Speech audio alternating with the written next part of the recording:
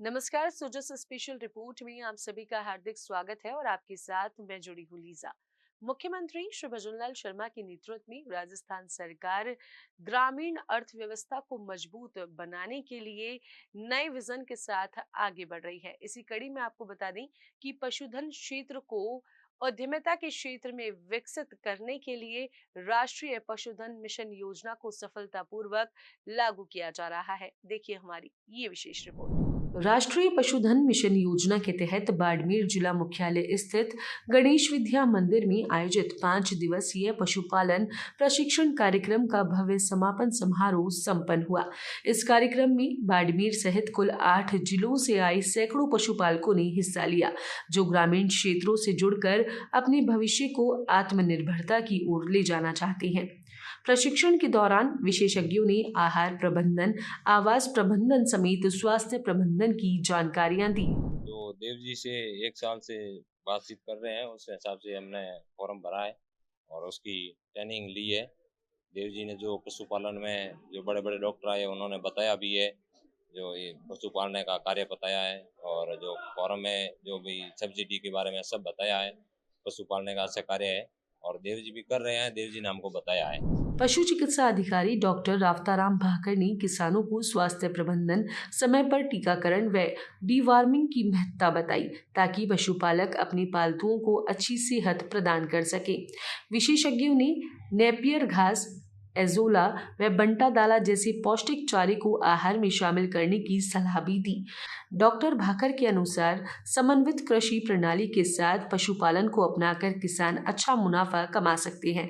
इस दौरान समापन समारोह में पशुपालकों को सहायक कलेक्टर प्रियंका कडेला ने प्रशस्ति पत्र देकर सम्मानित किया। पशुपालकों को मतलब नई जागरूकता के तहत तो आज से काफ़ी टाइम पहले जो पशु रखते थे वो एक क्रेज था, उसके बीच में बंद हो गया था, और अब लोगों को नई तकनीकी से पशुपालन की वैज्ञानिक तरीके से और अपने आजीविका की हिसाब से उनको देखते हैं, तो नए मॉडर्न तरीके से पशु की वैज्ञानिक तरीके से उनकी ट्रीटमेंट के तहत अभी कैसे उनको रखा जाए, कैसे उनका इलाज किया जाए और कैसे उनसे आमदनी ली जाए, इस हिसाब का जो 3 दिन का ये प्रशिक्षण है वो दिया गया है। इससे आर्थिक आर्थिक स्थिति तो बहुत अच्छी समृद्ध होगी, क्योंकि वैज्ञानिक तरीके से अगर पशुपालन का किया जाता है तो उसमें बहुत ही अच्छा फ़ायदा है। इस हिसाब से मतलब सरकार ने एक योजना निकाल रखी है, इसमें 50% सब्सिडी भी है। जैसे 100 भेड़ों को या बकरियों को जैसे फार्म रखेंगे, गोट फार्म, तो उस हिसाब से उसकी 50% सब्सिडी है, 100 बकरी से लेकर के 500 बकरी तक, और उसका जितना भी पैसा मिलता है उसका 50% सब्सिडी मिल जाती है। राजस्थान की भजनलाल सरकार पशुधन क्षेत्र को सिर्फ परंपरा नहीं, अब एक सशक्त व्यवसाय का रूप देने की दिशा में तेजी से आगे बढ़ रही है। इसी सोच के तहत सरकार द्वारा कई योजनाएं चलाई जा रही हैं, जिनमें राष्ट्रीय पशुधन मिशन (NLM) प्रमुख है।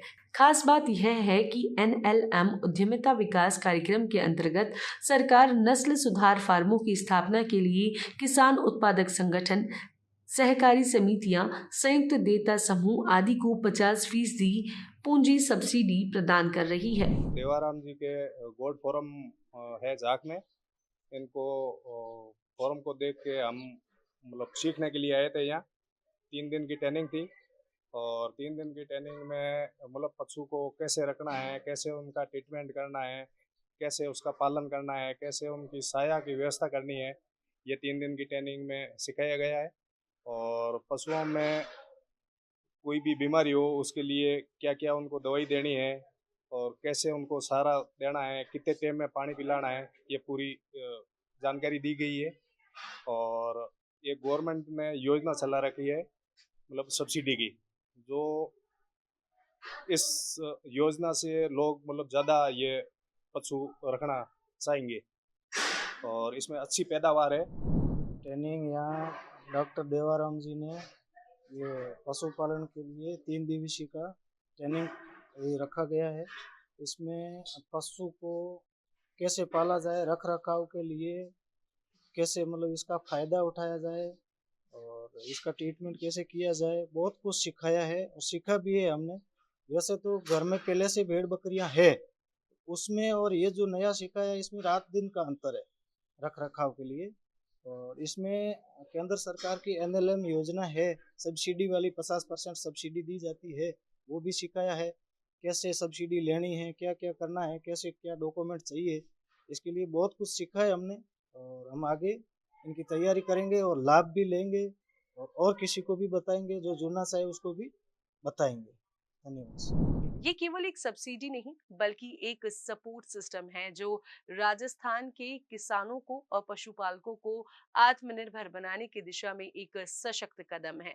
आज की इस खास बुलेटिन में फिलहाल के लिए इतना ही। जल्द होगी आप सभी से मुलाकात नई खबरों और नई जानकारियों के साथ। तब तक के लिए मुझे दीजिए इजाजत। नमस्कार।